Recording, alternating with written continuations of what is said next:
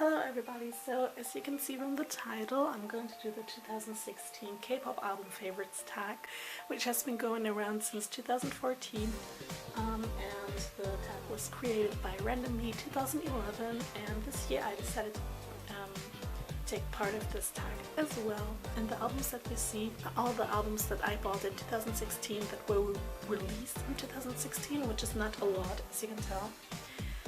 But yeah, so this tag is just basically a recap of the of 2016, and yeah, I'm going to try and answer the questions.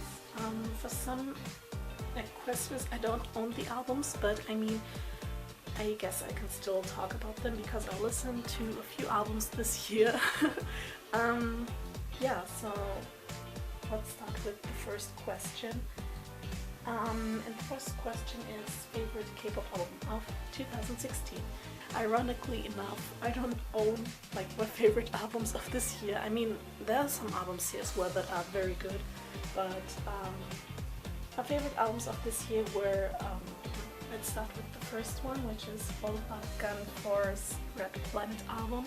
I haven't been listening to this album for the longest time, but since I've been listening to it, which is like, I don't know, since like a few weeks ago, I don't know.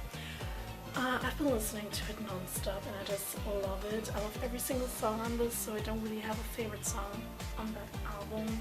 Just been listening to it like a lot, and I think it's just perfect. And I listened to it when, like, the first time when I listened to it was when I was studying, and I was just like hypnotized by it, if that makes any sense. Like, you really get a relaxed atmosphere when you listen to it. It's really, really good, so I really recommend that album. My second favorite album of this year is Dean's 130 Mood Trouble. That's like, if you know me, you know that Dean has taken over my life. Like, he's slowly becoming one of my ultimate biases. And this album, guys, it's so good. And like, I don't know, if you listen to this album, you probably know why it's so good. It's, I don't know, I can't really explain why I love it so much, but you just have to listen to it. So that's also my favorite album of this year. And then the third one is EHI's So Light album. So I really like EHI. I also liked her first album, First Love. So I was extremely excited when YG announced that she was going to have a comeback, and that Tableau, High Ground. Or this album was released under High Ground or something, I don't know.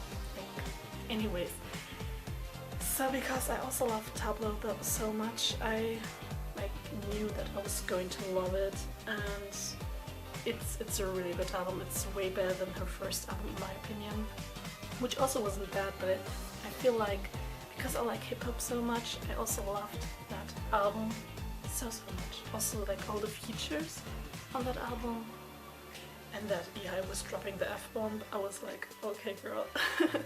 And like, my favorite songs on that album probably are like World Tour, Fuck With Us. Yeah, those two are probably my favorite songs on that album. Okay, so those are my three favorite albums of this year. Yeah. So let's move on to the second question, which is favorite photobook concept. I think that would be Lovely's second mini album, New Trilogy. It's a really, really pretty album, I think. And the photo book for this, I feel like it fits the overall album pretty well, which is a very like dreamy album, and they just look like fairies in this photo book. Everyone looks so beautiful. The hairstyles are really, really pretty in this photo book, I think. Yeah, I think that's my favorite photo book concept. Similar to that would be like Oh My Girl's third mini repackage, Windy Day. Looks very similar, I think. They also look very dreamy and like fairies and just beautiful, so those two are like my favorite photo book concepts. And yeah, like I said, they really fit to the album themes like the way the album sounds, it really fits the overall like photobook style, I would say. Favorite subunit album of 2016? Well, I also don't own any subunit album, as you can see. But I really liked EXO's CBX album. Also, I loved the subunit because I was happy that Schumann was finally getting his time to shine. My favorite song on that album is probably The One. That was a really, really good song, so that's probably my favorite song of that album. It got like a really, not jazzy, how should I say this?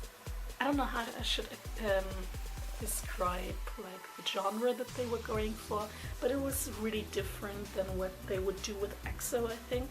And it really fit the boys, I would say. I think they also had some, like a lot of fun in the subunit, and I hope this is not a one-time thing. But yeah, I hope they continue to release like albums with EXO CBX, and that this subunit means like that SHINee will get more lines eventually in EXO. Favorite packaging? So my favorite packagings of this year would be BTS Young Forever. This is the day version. This is the only version I own because, like, oh wow, the photo book for this is just really like, it's a book. It's basically a book, and then you get like so many photos of the members, and it's a really, really nice photo book. And like I said, it's really thick. You also get a poster with it, and this thing for the CDs, really, really nice. Also, I love the packaging for 17's first album, Love Letter, or First Love Letter, or First Letter. Well, anyways, this is the letter version. Like, it's just beautiful. You have a magnet here, and okay, and again you get a book and a very, very thick photo book, and you know, it's really nice. And then the CD is right here, and you get like postcards and stickers. Like, those two are my favorite packagings of this year. And then the least favorite packaging. Now, I would get a lot of hate for this probably, but it's my opinion. So, and I mean, I already talked about this in my unboxing. BTS Wings, their second album. I mean, like, come on. Really, this is just a booklet, and you only get like photos. Like, this is all lyrics, you know. Like, here are the photos, and here are the lyrics, the white things. But you only get like photos on every second page. I don't know, but it's like, really, I don't know. And the CD is on this thing, which I hate. I hate these floppy things. I hate this, really. So yeah, this is my least favorite packaging. But yeah, don't get me wrong, I love BTS, otherwise I wouldn't have bought it. So an album that surprised you this year. Oh, that would be History's oh yeah, the fifth mini album, Him. Okay, so I really got into History this year. They're really, really good. I don't know how I really got into them. I mean, I heard Queen, and I saw the video and I was like shocked. Then I also saw, wait, what's the English title? Might Just Die or something.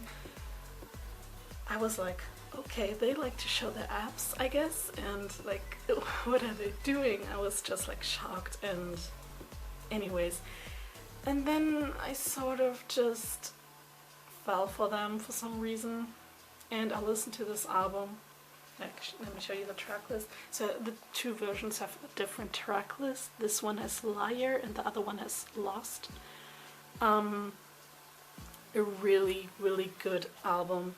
And also Yijong, who's the youngest member, he like produced and wrote, I don't know if he wrote like every song, but he like takes a lot of parts in like producing the albums and the songs, which is really, really nice, and I really appreciate that because that's not easy, and the songs are just really good. Then an album released this year that could have been better. Again, I would get hate for this, but EXO's exact album. Yeah, I really am not a huge fan of this album. I'm going to show you the track list. The repackage is a bit better, but I still don't think it's my least favorite EXO album, actually. Here we have the track list. The best songs are actually the title tracks, Lucky When a Monster. I liked Heaven, that was a good song. And like, I don't know how I should say this, like, I don't think this album really fit to EXO. And they even said like that Artificial Love was actually meant for NCT. And if you listen to it, you can sort of understand why. But like, I really wasn't a huge fan of this album. Also, I don't think that any other songs other than Lucky When a Monster really stood out for me. The repackage, like I said, was a bit better. Lotto, like, a lot of people don't like it. At first I also didn't really like it, but after a few listens I liked it, but still it wasn't like my favorite title track. It's still better than Wolf though. I'm sorry. And Can't Bring Me Down, that was also a good song. But yeah, I just felt like that wasn't their best album, but it's okay. They don't always have to release amazing albums. They can't always be better than the last album. For me, their first full-length album is still like my favorite album by them, and also one of my favorite albums of all time. Exodus musically was better, like they had like a distinct sound to them, but this just wasn't my favorite, and I feel like they could have done better. But it's not a bad album, it's just that it's not my favorite album by them. And yeah, okay. Okay, the last question is favorite rookies of this year. This shouldn't be a surprise, I guess. First for the female rookies, IOI, yes. I have their single album What a Man and their second mini Miss Me. So I watched Produce 101 like twice. And I will have to say that I'm going to miss them so much, but I'm really like happy that I know that they are going to be like in new groups or will release like still like music, hopefully. I don't know for Sohei, but the other ones I'm sure that they will. And Chonga just confirmed that she will have a solo comeback next year, which I'm extremely excited because she's like my second favorite in that group. And I love the albums. Well, this only has What a Man, but anyways, this is like also a very good song. Miss Me, for example, that was a really good album. Yeah, I'm going to be extremely sad about that. But they like gained a lot of recognition in Korea, so I'm happy about that they were not like a failure or something, and we're still going to hear from the girls. And yeah, it's kind of scary that I'm older than 7 of them. Like, I feel so untalented. Okay, and then my favorite male rookies were NCT, and this is the only release they had this year, but like physical release. We know that they released a few digital songs. So I followed NCT since the SM Rookie days, and yeah, so I was extremely happy when they said that they were going to debut, but still, it's a different concept, like with different units and stuff like that. I feel like this is what Super Junior could have been like a few years back, but SM was, they had like tons of fans, and they were like, no, don't break them up, please. But now they're like constantly pushing out subunits, which is good in a way, so we know that the like idea behind it is not like failing. Who knows what will happen after a year, who knows. But yeah, I really like NCT, and this is also a really good album. Like the track list for this is just amazing. And yeah, other rookies that I really liked were Astro. This is just at first I hated on them so much, but then I fell for them. And Moonbin, I love Moonbin.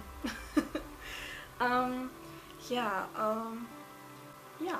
Overall, I would say like 2016 was a good year for K-pop. Yeah, I mean, obviously we had a lot of breakups. But like music-wise, there were a lot of good songs this year, and like my favorite songs of this year, if I had to name like only like 5 or 6, would be Wonder Girls' Why So Lonely. That's my favorite song of this year. Brave Girls Deepened. It's a really, really good song. Please check it out. Winner's Baby Baby, Dean, D, and Bonnie and Clyde, IOI's Crush, and like G-Friend's Rough. Those are like, I would say, my picks for favorite songs of this year. But I hope you enjoyed this video, and yeah, hopefully I see you next time. I don't know when that will be. But also Merry Christmas and a Happy New Year, and yeah, see you later. Bye.